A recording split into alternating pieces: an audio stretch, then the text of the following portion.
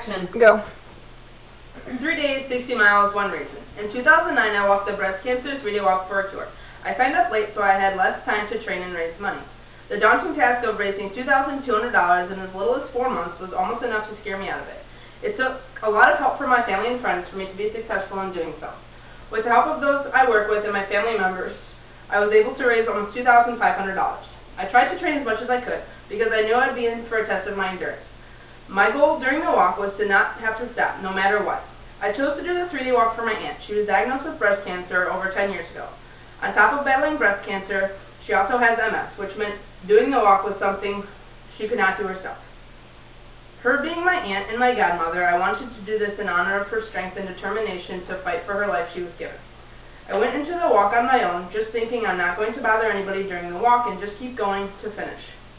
Never would I have thought I'd been inspiration to others to keep going. The first day, within the first 10 miles, I stress fractured my foot and was told I could not walk the rest of the walk. My foot was so swollen to the point where I could not even put a shoe on. I was so bummed and discouraged. But the thought of my aunt not giving up made me want to walk that much more. So I went against medical advice, pulled out my flip-flops, and walked the last 2 days, which was a little over 40 miles in flip-flops.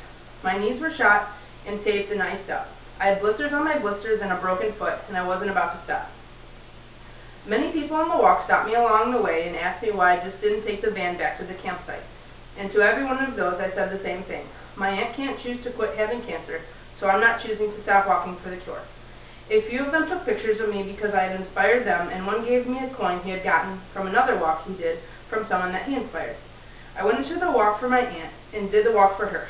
But during the walk, I realized it's so much bigger than me and her. It's for a cure, a way to end cancer. So mothers will always be there for the daughters, and grandmothers can watch their grandchildren have families, and dads can walk their daughters down the aisle. It's about all this and more. It's about being able to live your life to the fullest and not let cancer stop you. So if it takes me walking 60 miles on a broken foot, or bugging everyone I know for donations, I'll do it because the awareness is important. There is nothing I wouldn't do for anyone in my family. And once I started something, I'm not about to stop.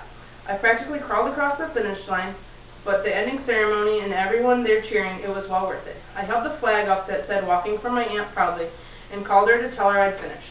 I heard tears in her voice. Take 50!